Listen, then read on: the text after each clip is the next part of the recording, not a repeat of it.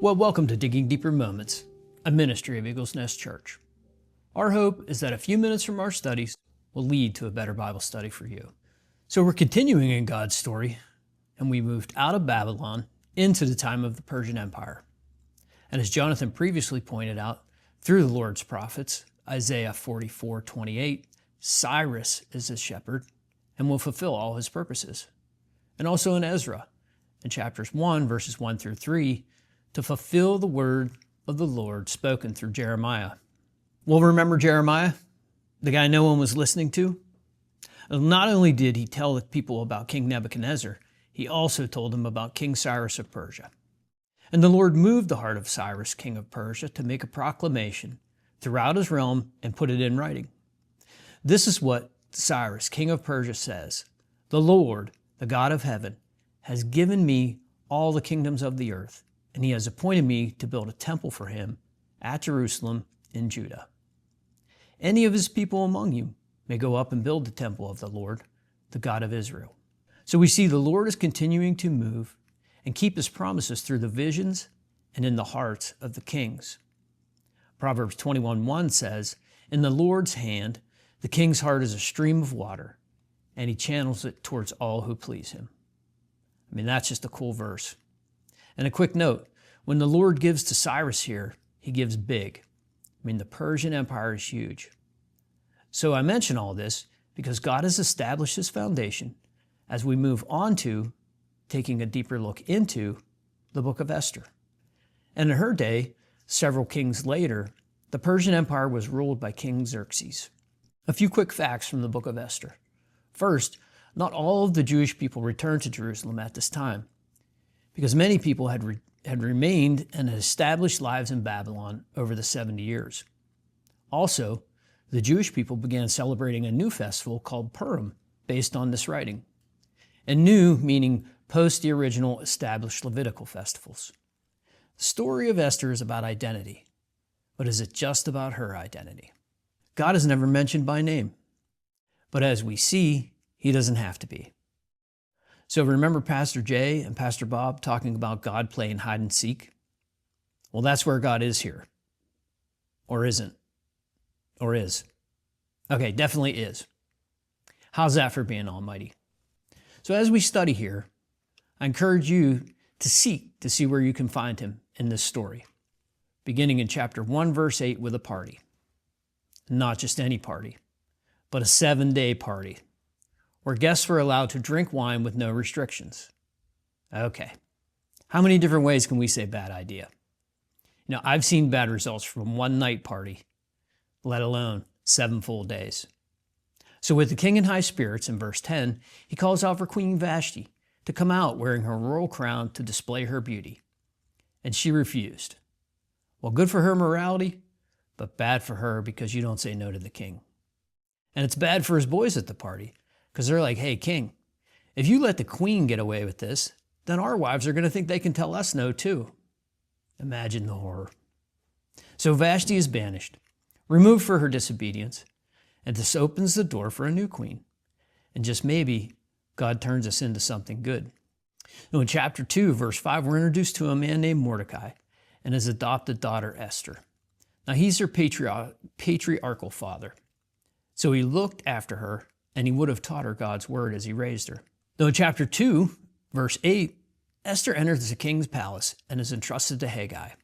And verse 9 says she pleased him and won his favor. Possibly God peeking through here? Well, it sounds familiar to me, to both Joseph and Daniel's stories. In Genesis 39:21, Joseph was granted favor in the eyes of the prison warden. And in Daniel 1:9, the official showed favor and compassion to Daniel. The big difference is that God was mentioned by name in those stories. So moving on, the key verse here in verse 10 and 11, Mordecai had forbidden Esther to reveal her nationality as Jewish, but also every day went to the courtyard to find out how Esther was and what was happening to her. Now this took place for a year. So I believe he continued to teach her God's word during this time, because there's a rabbinic teaching that Esther pleased the king with her stories of Torah, rather than primarily any sexual aspect. The king was used to being impressed by means of the flesh, but Esther was set apart by using God's story. Now the king was attracted to Esther more than any of the other women, and she won his favor and approval more than any of the other virgins. So Esther is now queen. In verses 21 and 22, meanwhile, Mordecai hears of two of the king's officers plotting to kill him. So he tells Esther, who then reported it and gave credit to Mordecai. And in verse 23, it's impalement for the two officers, but don't miss this. All of this was recorded in the book of Annals in the presence of the king. What's the saying? The shortest pencil is better than the longest memory, or something like that. Oh, I forgot. Maybe I should have wrote it down. But chapter 3, enter the opposition. Haman, who the king had made his highest official, and commanded all others to kneel down and pay him honor. But Mordecai refused. Again, much like in the book of Daniel, his faithful servants of the Lord Most High reserved that posture for him alone.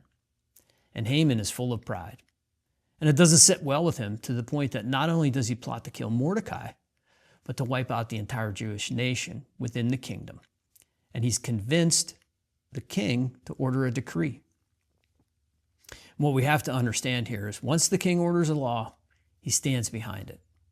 So in chapter 4, Esther finds out about the law through her attendant from Mordecai.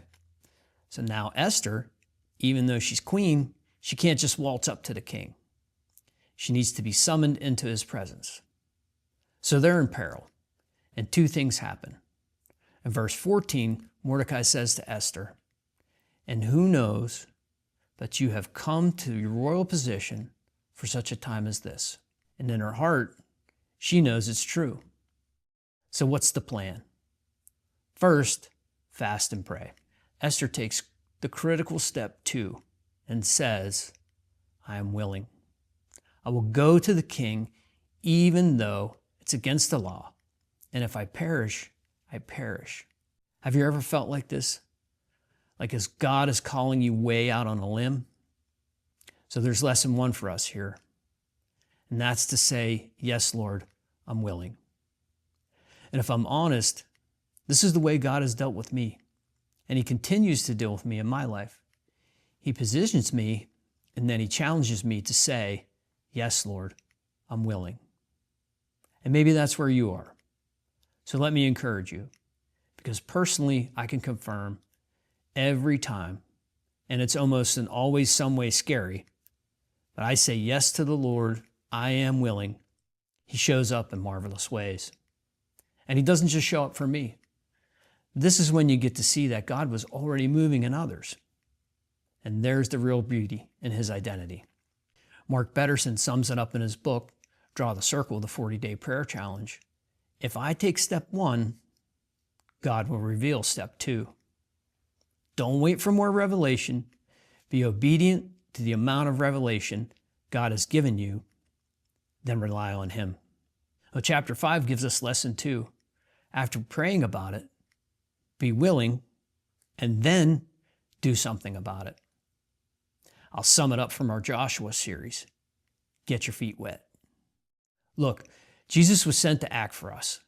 Oftentimes, we need to take action in the face of fear, adversity, and injustice. And as we see, Esther steps up and is received well by the king. So not by name, but again, God reveals his identity here.